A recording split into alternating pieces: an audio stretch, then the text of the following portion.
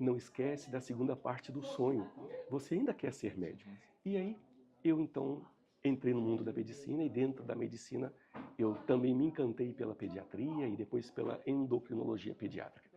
O diabetes tipo 1, ele tem uma evolução muito aguda, de dias a semanas, né? E não tem como você fazer uma avaliação de rotina e simplesmente pedir alguns exames para ver se essa criança tem ou não um risco de desenvolver diabetes tipo 1. Mas o diabetes tipo 1, nesse momento, ele tem uma evolução inexorável. Quando ele tem que aparecer, ele aparece. E não é culpa de ninguém, né? É uma interação, como a gente conversou, entre o ambiente, a genética daquele indivíduo e que a gente não tem controle. E aquela queixa do professor, ela pode ser uma alerta importantíssima para os pais, porque era um aluno aplicado, sempre presente nas discussões e de repente começa a sair demais. Esse não é o padrão dele. Então, não só os pais, mas todos nós que trabalhamos com crianças e adolescentes, precisamos estar cientes desses alertas. Olá, seja bem-vindo ao Caderneta da Criança Talks. Hoje tivemos uma conversa excepcional. Entrevistamos uma pessoa que é avô, pai, geólogo, doutor em medicina.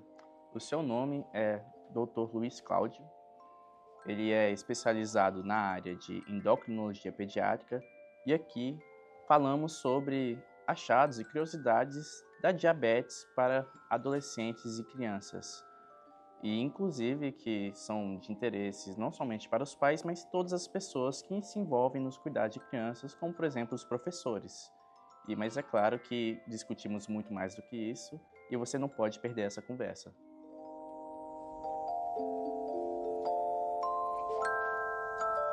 Estou aqui agora com o Dr. Luiz Cláudio.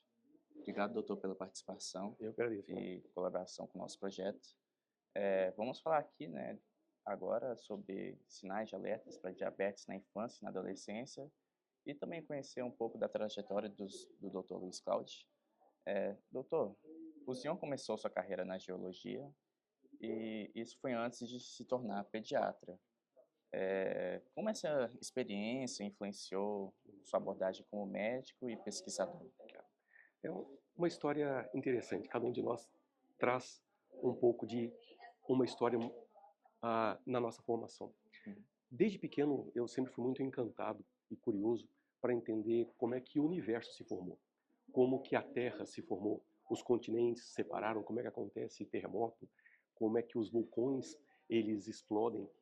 E eu também tinha interesse e curiosidade em saber como é que funciona o corpo do homem, do ser humano, que mudou esse mundo. E para responder aquele primeiro grupo de perguntas, eu precisaria então fazer geologia. E para responder o segundo grupo de perguntas sobre como é que o corpo humano funciona, seria medicina. E eu pensei, se eu fizer medicina primeiro, fica mais complicado de fazer outro curso. Então talvez seja mais sensato começar pela geologia. E eu comecei no curso de geologia aqui na Universidade de Brasília. E é um curso fascinante, um curso muito bonito. Ensina pra gente muito a respeito da evolução das espécies, do homem, como é que a gente se comporta frente a esse mundo. E é tão fascinante que quando eu terminei o curso, eu pensei, eu ainda não aprendi tudo que eu gostaria de geologia. Eu vou para o mestrado. E eu fui para o mestrado. E durante o mestrado em geologia, eu tive que dar uma aula sobre geologia médica, que é como que a geologia de uma região, ela pode interferir no processo de doença, de saúde da população que habita aquela região. E também é uma área muito bonita, muito interessante da ciência. E quando eu preparei essa aula, veio aquela mosquinha atrás da orelha e disse, não esquece da segunda parte do sonho. Você ainda quer ser médico. Sim, é verdade. E naquele momento eu pensei, como eu vou fazer medicina agora então? Eu poderia entrar via vestibular e tem uma situação que chama portador de diploma de curso superior, que você pode solicitar a matrícula desde que sobre vaga naquele curso. Sim. Mas sobrar vaga no curso de medicina É difícil. é improvável. Então a única maneira seria vestibular. E aí eu, durante o dia, tinha as minhas atividades no mestrado de geologia e à noite eu comecei a estudar de novo para o vestibular. Fiz vestibular e passei, né? Aqui na Universidade de Brasília também. Bacana. E naquela época, eles deixavam a gente ter duas matrículas na universidade, desde que uma fosse de graduação e outra fosse de pós-graduação. Então o meu último semestre de mestrado coincidiu com o primeiro semestre de graduação em medicina. E eu corria de um lado para o outro na universidade para contemplar as disciplinas das duas, dos dois cursos. Uhum. E aí eu então entrei no mundo da medicina e dentro da medicina eu também me encantei pela pediatria e depois pela endocrinologia pediátrica. E o interessante é que recente a gente tem uma nova área da ciência chamada justamente geologia médica, em que nós temos geólogos e médicos trabalhando em conjunto para entender como que a geologia daquela região ela pode interferir no processo de saúde e doença daquela população, né? Muito voltada para a parte de medicina comunitária. Então, a gente tem essa trajetória daí, que parece um pouco de loucura, mas essa loucura ela se transformou hoje em ciência a ponto de ter uma área da ciência chamada geologia médica. Nossa, é interessante. Eu nunca ouvi falar muito dessa relação da geologia com a medicina. E tem coisas interessantes, por exemplo, os primeiros passos e uma das primeiras bases da geologia, elas foram dadas por médicos em 1500, 1600, porque naquela época não existiam grandes cidades. Então os médicos eram chamados para atender um paciente e nessa caminhada que eles iam a cavalo, eles observavam que a geologia da região onde eles moravam era diferente daquela onde eles estavam passando. Então eles moravam na região montanhosa e lá era plano. Onde eles moravam, a terra era roxa e ali a terra era cinza. Eles encontravam fósseis de peixes marinhos no meio do continente. E a partir daí começaram a aparecer teorias que justificassem essas mudanças na geologia, a presença de fósseis marinhos no meio do continente. É interessante que entre as primeiras bases lançadas pela ciência geológica, os médicos tiveram sua contribuição muito importante. Bacana. Isso. É uma nova forma, não diria uma nova forma de se ver, até antiga, né? Mas que geralmente a gente não está acostumado a ver as pessoas trabalhando nisso, né? A questão da geologia com relação à medicina. É porque, na verdade, a ciência é uma só. A gente divide por questões didáticas, porque a gente não consegue ser tudo, né? Mas se a gente avaliar, todas as áreas da ciência, de alguma maneira, elas vão se encontrar. Uma vai impactar, vai interagir com a outra. Né? Muito bacana essa questão da formação do senhor, com certeza não somente enriquece a nossa discussão aqui, nossa entrevista, mas também, né, tem um impacto, com certeza, nos pacientes que o senhor atende e a percepção de mundo que o senhor tem. Sem dúvida, porque na geologia você é sempre um pesquisador.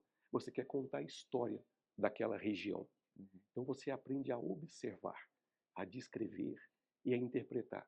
E eu trouxe isso para a medicina. Então é a paciência de você ouvir o paciente, de você interpretar os gestos, os olhares, o jeito com que ele fala.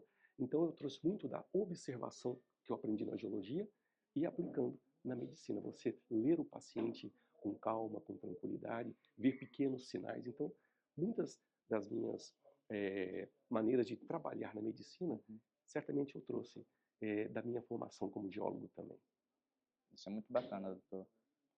Diante disso, pensando na diabetes, né, para a infância, na adolescência, um dos seus estudos, né, sobre epidemiologia da diabetes tipo 1 no Distrito Federal, quais foram padrões ou mudanças que chamaram a atenção do senhor? Mais uma vez interessante porque isso partiu de uma curiosidade. Nos nossos ambulatórios, em que nós acompanhávamos crianças e adolescentes com diabetes, o que nos chamava a atenção é que a gente estava recebendo cada vez crianças mais novas com diabetes mellitus tipo 1. E a pergunta é, as crianças estão manifestando diabetes, ficando diabéticas mais cedo? Essa era uma curiosidade, uma pergunta que intrigava. E trazendo já o contexto da geologia, é a curiosidade, como é que a gente vai fazer então para responder essa pergunta? Vamos montar um trabalho.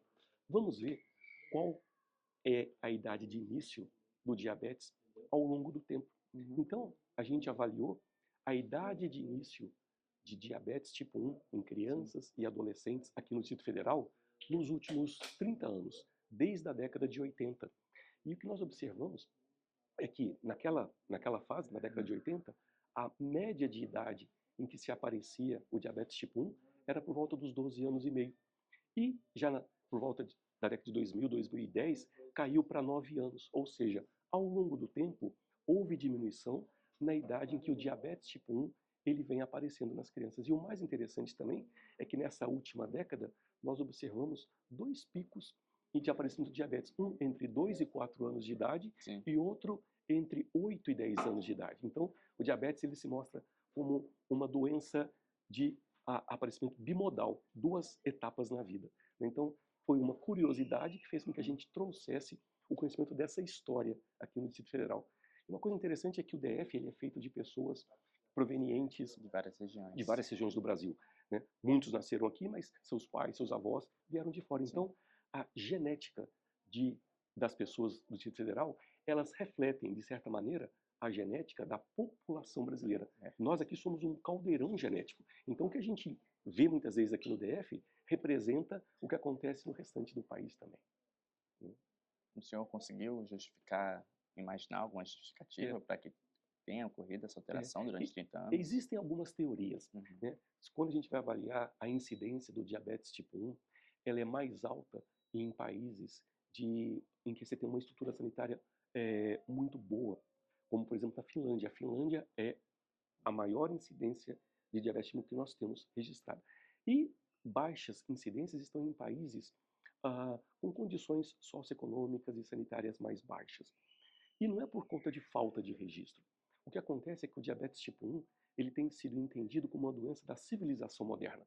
Quanto melhor a condição socioeconômica e sanitária de um país, as crianças elas são menos vulneráveis a infecções, parasitoses. Então, o sistema imunológico dessas crianças fica um pouco mais quiescente. Nos países, nas regiões onde a estrutura sanitária é mais delicada, ela é mais comprometida, as crianças elas têm muito mais frequência de infecções, parasitoses. Então, o sistema imunológico ele é constantemente requisitado. E ele sabe, então, contra quem ele tem que agredir.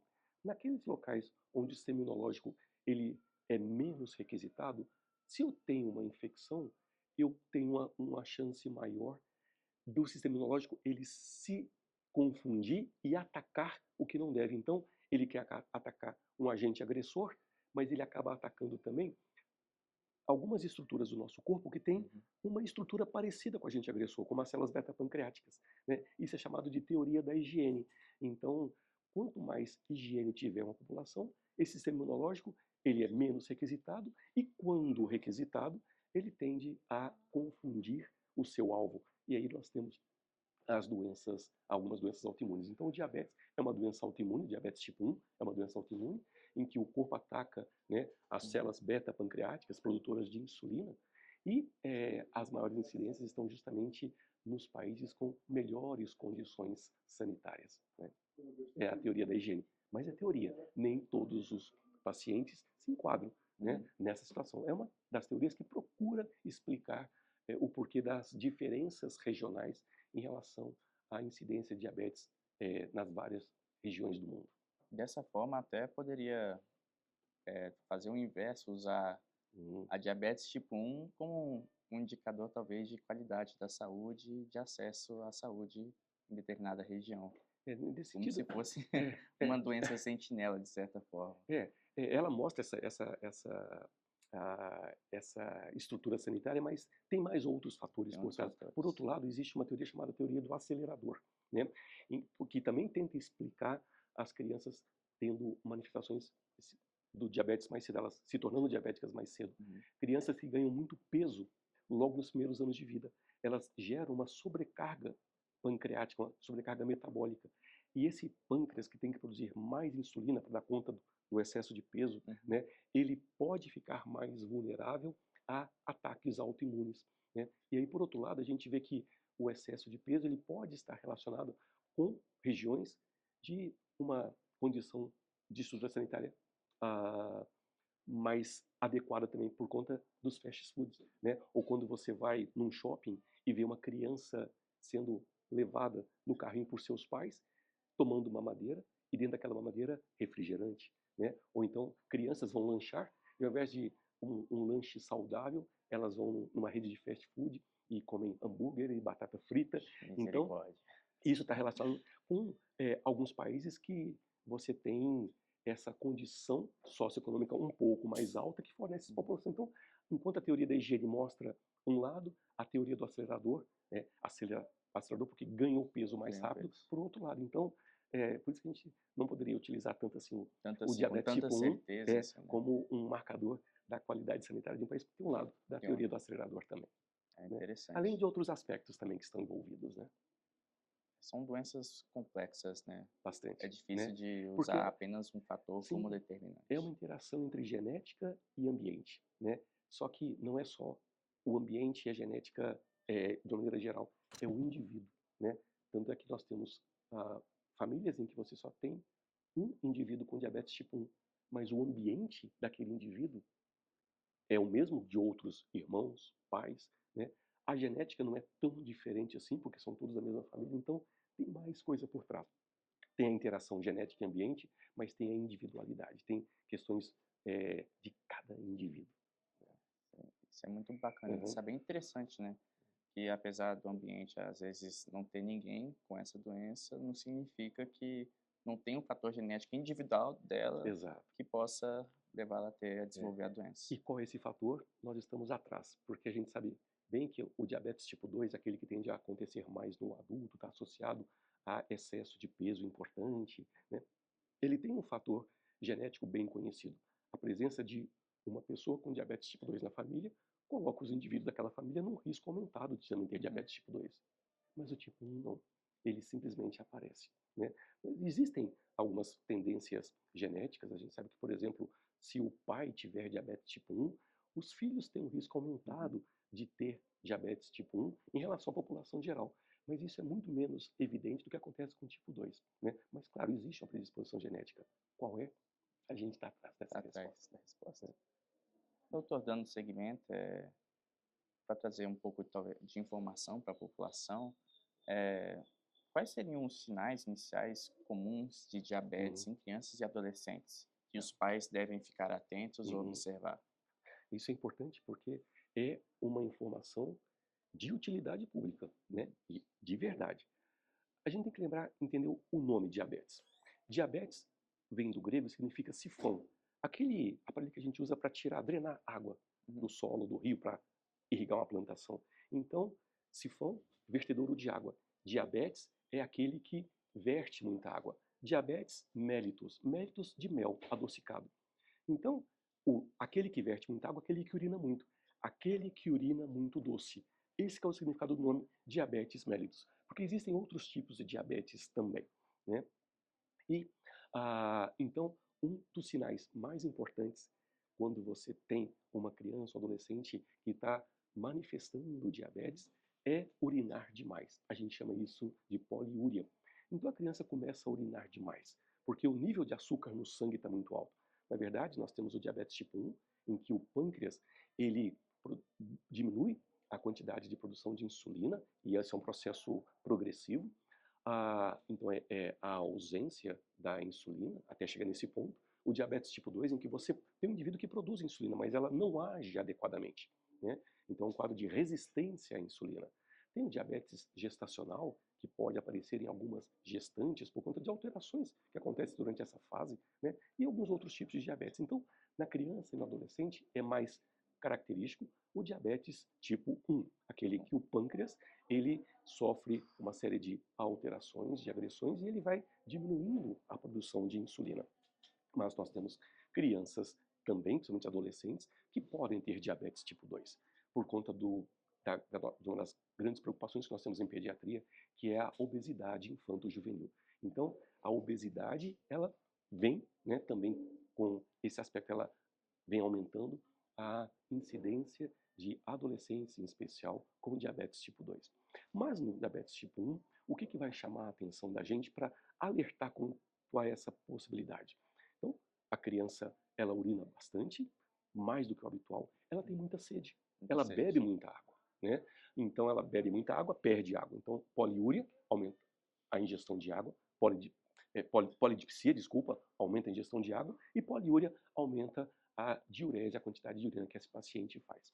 Junto com isso, ele começa a ter muita fome, porque no diabetes eu tenho uma quantidade muito grande de açúcar no meu sangue. Ao invés do açúcar entrar na célula para ser o combustível dessa célula, a falta de insulina não permite que o açúcar entre, ou a resistência à insulina. Então, ao invés do açúcar estar dentro da célula na quantidade que deveria, ele está na circulação sanguínea.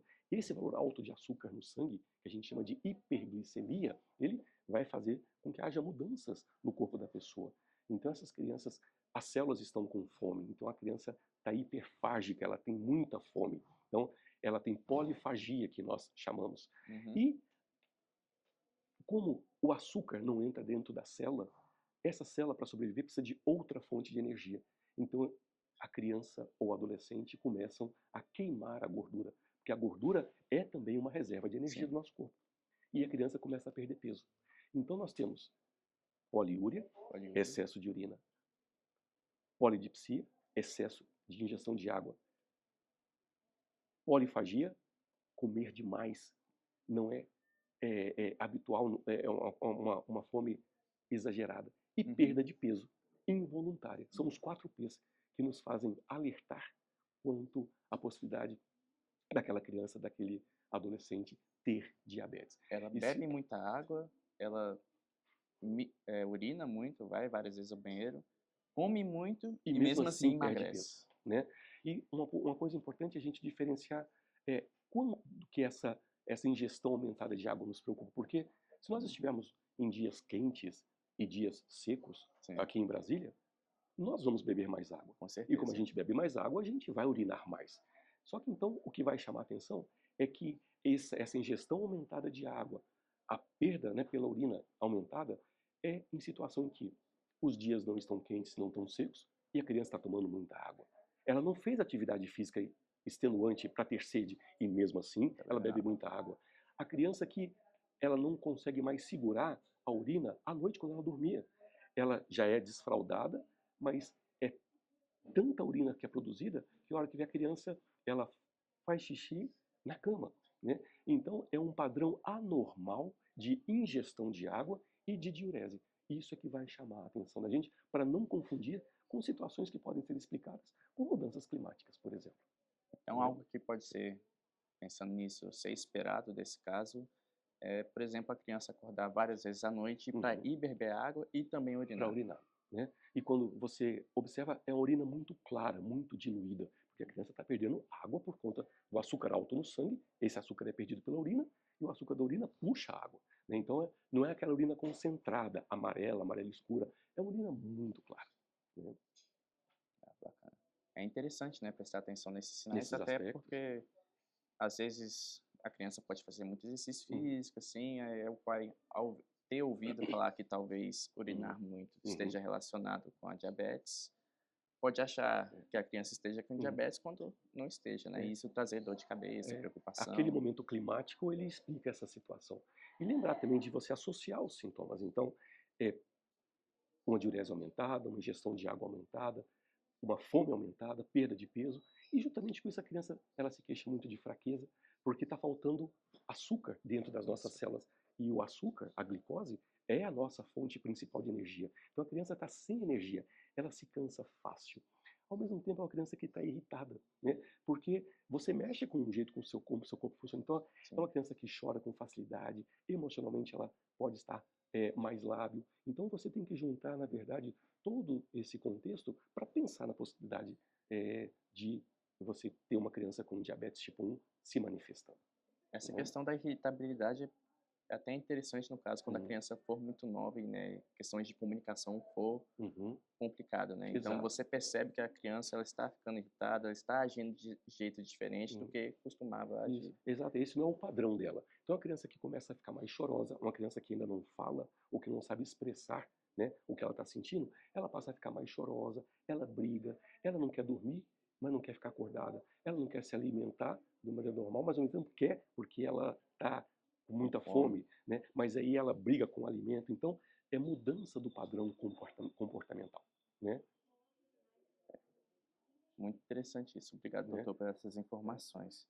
E aí, só mais um alerta, se você me permite também, é importante que os professores saibam disso. Porque se aquele aluno, ele começou a pedir para ir ao banheiro ou beber água o tempo inteiro, toda hora ele quer sair da sala de aula, claro, pode ter aquele aluno que, por algum motivo, ele quer sair da sala de aula, né? Mas é um bom aluno, um aluno que sempre participou e de repente ele está sempre com sede, ele pede para ir ao banheiro com frequência e a professora nota que na hora do lanche ele come com muita voracidade, ele está perdendo peso. Então, os pais precisam estar cientes disso, mas os professores também. Podem notar. Todos aqueles profissionais que convivem com as crianças, sejam os professores da escola, professores dos esportes que elas possam fazer, professores de atividades artesanais. Então, quem trabalha com criança precisa estar ciente desses sinais de alerta a respeito do diabetes tipo 1. Não é somente os pais, né, no caso. Quem convive com a criança é importante. Todos nós temos responsabilidades com a nossa população infantil. Isso é muito importante. Isso é importante, perfeito. Dando um segmento, doutor, quando podemos pensar que essa perda de peso inexplicada pode estar relacionada com a diabetes? Uhum. Seria somente a perda de peso? A gente precisa levar em conta os outros sintomas? Como faz? Isso é importante, principalmente no aspecto quando a gente está diante de uma criança que tem excesso de peso. Sim. Então, na verdade, essa perda de peso, ela é não intencional. Porque se nós tivermos crianças com excesso de peso que mudam o seu hábito alimentar, melhoram a sua atividade física, a perda de peso, ela é uma meta, né? Então, é uma perda de peso inesperada, inexplicada, né?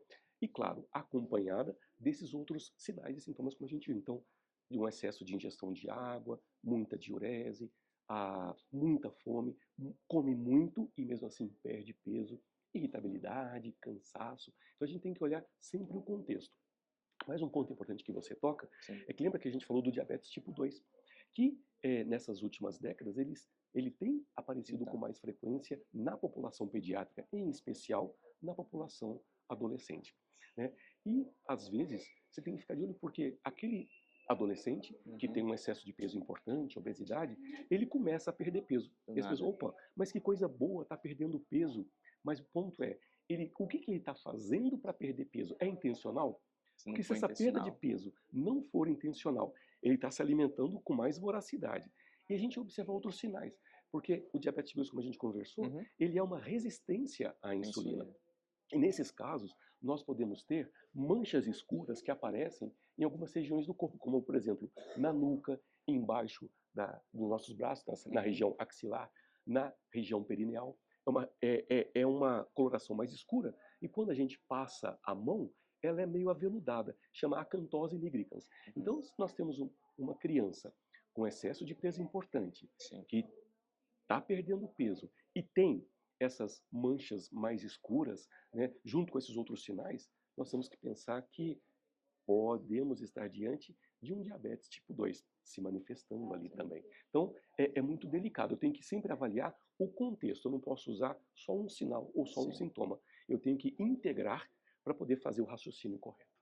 Então, no caso, né, sempre não é que seja interessante, mas é obrigatório praticamente que se pense no todo. Sempre, né? Então, se, por exemplo, ela estiver emagrecendo, digamos, um adolescente de 14 anos estiver emagrecendo, mas for associado a mudanças de hábitos de vida, você não precisa necessariamente pensar que ela está desenvolvendo diabetes tipo 2. Exato. Mesmo porque ele regulou a sua alimentação, então está se alimentando menos, né? Agora, se ele não faz nada disso, está comendo mais do que o habitual, e mesmo assim perdendo peso e aparecendo esses outros sinais, esse é um sinal de alerta que a gente não pode esquecer dele.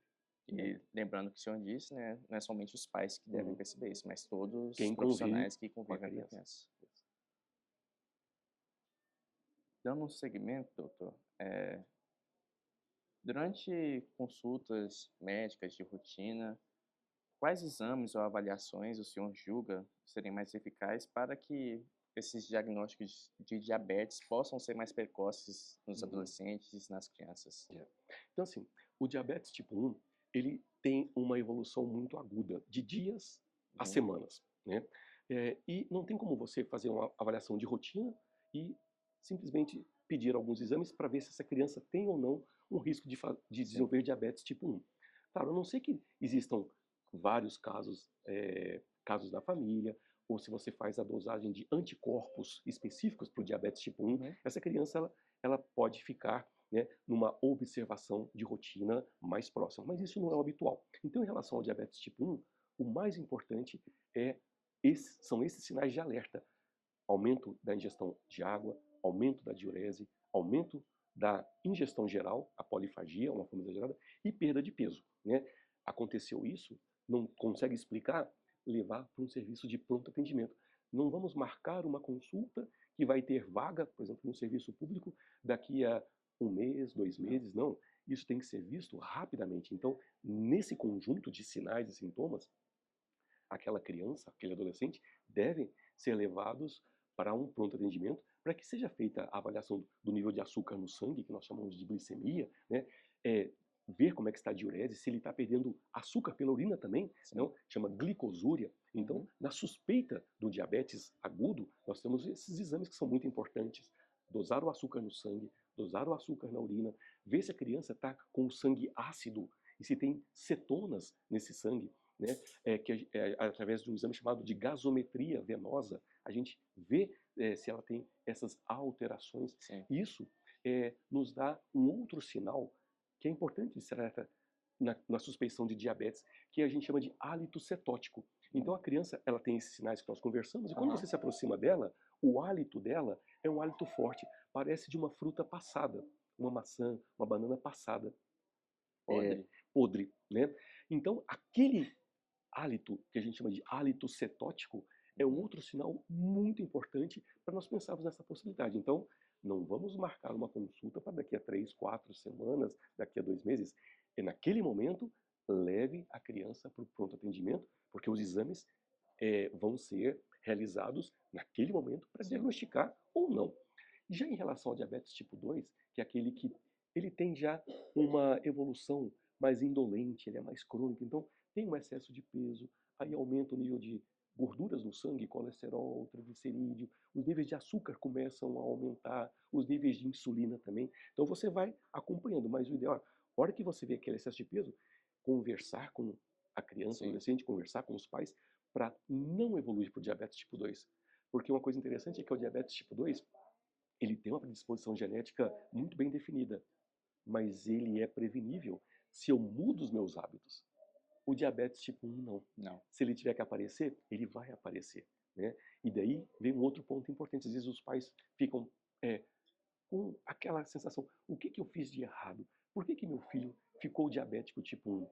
Será que é porque ele comia muito doce quando ia nas festinhas? Não. A gente tem que tirar esse peso das costas, dos ombros dos pais. Na verdade, o diabetes tipo 1, quando ele aparece, a evolução dele é inexorável, ela vai acontecer.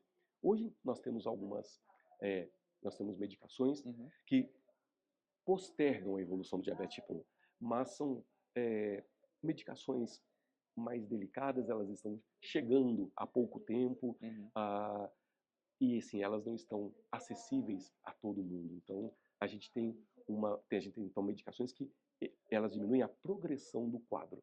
São coisas que daqui a alguns anos talvez elas sejam mais próximas da nossa realidade. Mas o diabetes tipo 1, nesse momento, ele tem uma evolução inexorável.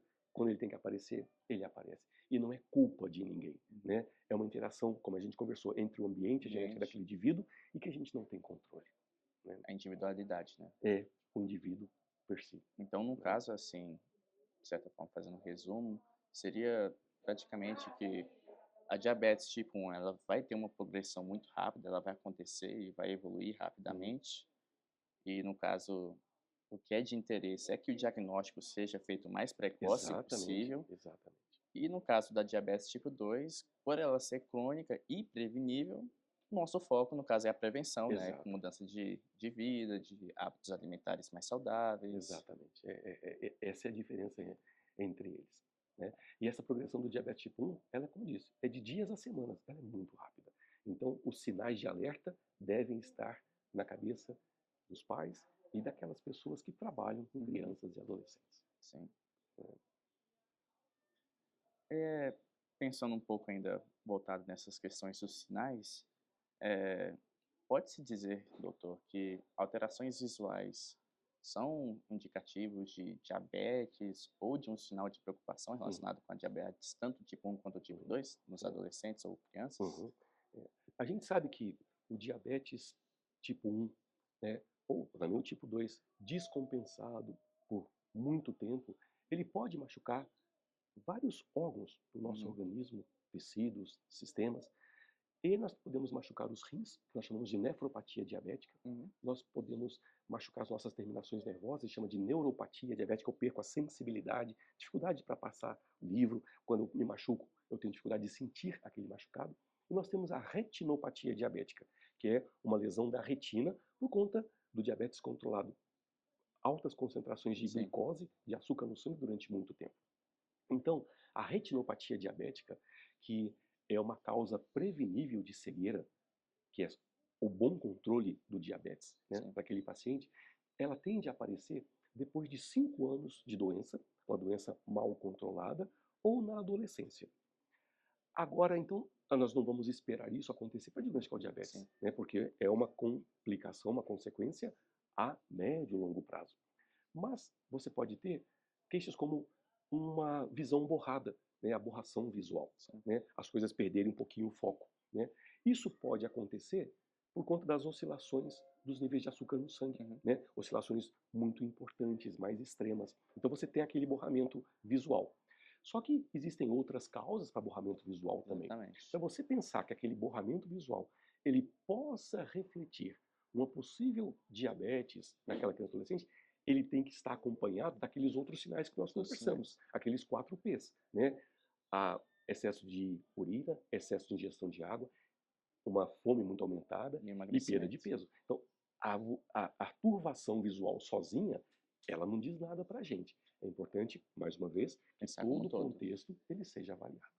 É interessante. Então, para acabar não confundindo, por exemplo, uma doença bem prevalente na população, que é a miopia, com a diabetes. Exato. É porque a perda visual do paciente diabético mal compensado, ela acontece depois de anos de uma compensação inadequada. Então, é um processo que ele é crônico, ele não é agudo, né? Então, eu estou com dificuldade de enxergar a parede da escola, da minha sala de aula, o quadro, dificuldade de enxergar a mais de 3, 4 metros de distância. Tem que pensar nas outras causas de alteração visual, mas não diabetes em si.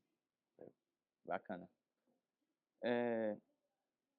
Chegando perto do final da nossa entrevista, dar um fechamento, em relação a conselhos, o que o senhor falaria para professores, para cuidadores, para que pudessem observar com certa atenção e considerassem isso como alerta de diabetes para crianças sobre seus cuidados?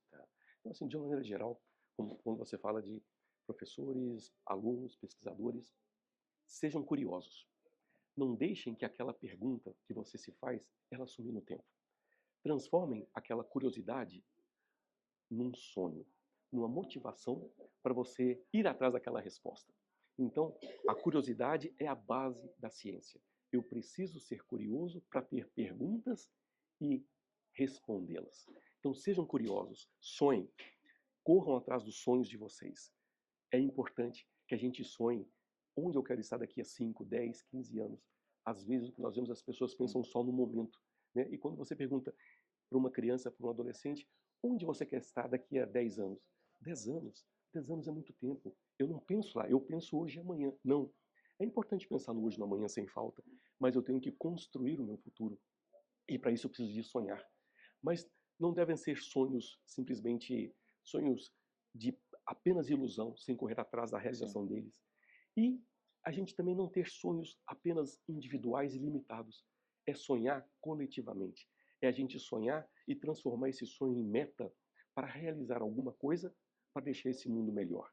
Um mundo mais justo, mais transparente e mais ético, né? E dentro de todo esse contexto, né, como a gente conversou muito aqui sobre diabetes, é a gente estar alerta a respeito desses sinais tão importantes que nos fazem pensar na possibilidade daquela criança ou aquele adolescente ter diabetes. São aqueles 4 P's: a poliúria, excesso de urina; a polidipsia, uma ingestão de água exagerada; polifagia, comer demais; e perda de peso, uma perda de peso inexplicada. Se nós tivermos esse contexto, a criança ela deve ser levada ao pronto atendimento para ver o que realmente está acontecendo. Porque, como a gente conversou, o diabetes tipo 1, ele vai se instalar quando ele tem que se instalar. Mas o segredo é reconhecê-lo precocemente para evitar que aquela criança desenvolva um quadro que nos preocupa muito, que chama cetoacidose diabética. O corpo está tão sofrido, os níveis de açúcar estão tão altos, o sangue fica ácido. Isso é perigoso. E isso coloca a criança em risco de vida. Então, a detecção precoce é conhecer os sinais que nos fazem esse alerta. Por isso que a gente conversou naquele início que esse nosso papo aqui, ele tem utilidade pública. É importante que toda a sociedade saiba reconhecer os sinais de alerta de diabetes tipo 1 em especial na criança e no adolescente, para que o diagnóstico ele seja feito precocemente e a gente evita que essa criança entre num serviço de saúde em cetoacidose diabética. Até para evitar, por exemplo, eu imagino preconceitos. Por exemplo, imagino uma criança na escola, uma criança que vai constantemente ao banheiro, como já mencionamos, e o professor pensar que a criança não quer participar da aula ou algo do tipo, quando na verdade ela está passando por uma situação de desenvolvimento da doença. Né? E aquela queixa do professor, ela pode ser uma alerta importantíssima para os pais, porque era um aluno aplicado, sempre presente nas discussões e de repente começa a sair demais. Esse não é o padrão dele. Então, não só os pais, mas todos nós que trabalhamos com crianças e adolescentes, precisamos estar cientes desses alertas, que a gente pode fazer diferença num diagnóstico precoce e na introdução do tratamento precoce. Perfeito. Doutor, muito obrigado pela participação do senhor. Obrigado a vocês pela oportunidade. Nosso objetivo, né, trazer informação para a sociedade. Damos aqui um brinde, um presentinho de agradecimento para o senhor. Obrigado, gente. Obrigado pela gentileza de vocês. Obrigado. É isso. Estamos à disposição. Caso vocês tenham alguma dúvida ou queiram saber mais, essas informações estão presentes dentro da caderneta da criança. E qualquer coisa, se precisarem de ajuda ou quiserem tirar dúvida com alguém, disquem 136 ou acessem nosso site. Muito obrigado. Até a próxima.